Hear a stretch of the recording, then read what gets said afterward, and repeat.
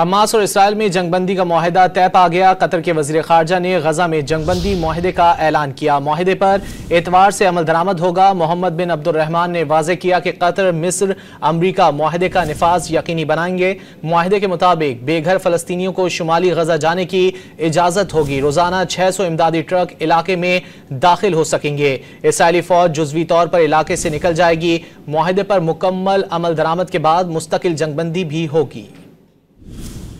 غزہ میں 15 ماہ سے جاری خون کی ہولی رکنے کی امید پیدا ہو گئی۔ امریکہ، قطر اور مصر کی ثالثی میں حماس اور اسرائیل 42 روزہ عارضی جنگ بندی پر آمادہ ہو گئے۔ جنگ بندی معاہدے کے اہم نکات سامنے آ گئے۔ اسرائیل اور حماس کے معاہدے کے تحت جنگ بندی کا دورانیہ 6 ہفتوں پر محیط ہوگا۔ عرب میڈیا کے مطابق اسرائیل ہر یرغمالی کے بدلے 30 فلسطینی قیدی رہا کرے گا۔ اسرائیل ہر خاتون فوجی قیدی کے بدلے 50 فلسطینی قیدی رہا کرے گا۔ معاہدے کے مطابق حماس 42 روزہ جنگ بندی کے دوران 33 اسرائیلی یرغمالیوں کو رہا کرے گی۔ پہلے مرحلے میں حماس 19 سال سے کم عمر یرغمالیوں کو رہا کرے گی۔ حماس نے غزہ جنگ بندی معاہدے سے متعلق باضابطہ جواب ثالث فریقوں کو سونپ دیا۔ اسرائیل 7 اکتوبر 2023 کے بعد گرفتار 19 سال سے کم عمر افراد کو رہا کرے گا۔ اسرائیل مجموعی طور پر 1650 فلسطینی قیدیوں کو رہا کرے گا۔ معاہدے میں کہا گیا ہے کہ اسرائیلی فوج فلیڈیلفیا اور نیستاریم راہداریوں سے مکمل انخلا کرے۔ اسرائیل یومیہ 600 امدادی سامان سے لدے ٹرکوں کو غزہ پٹی میں داخلے کی اجازت دے گا۔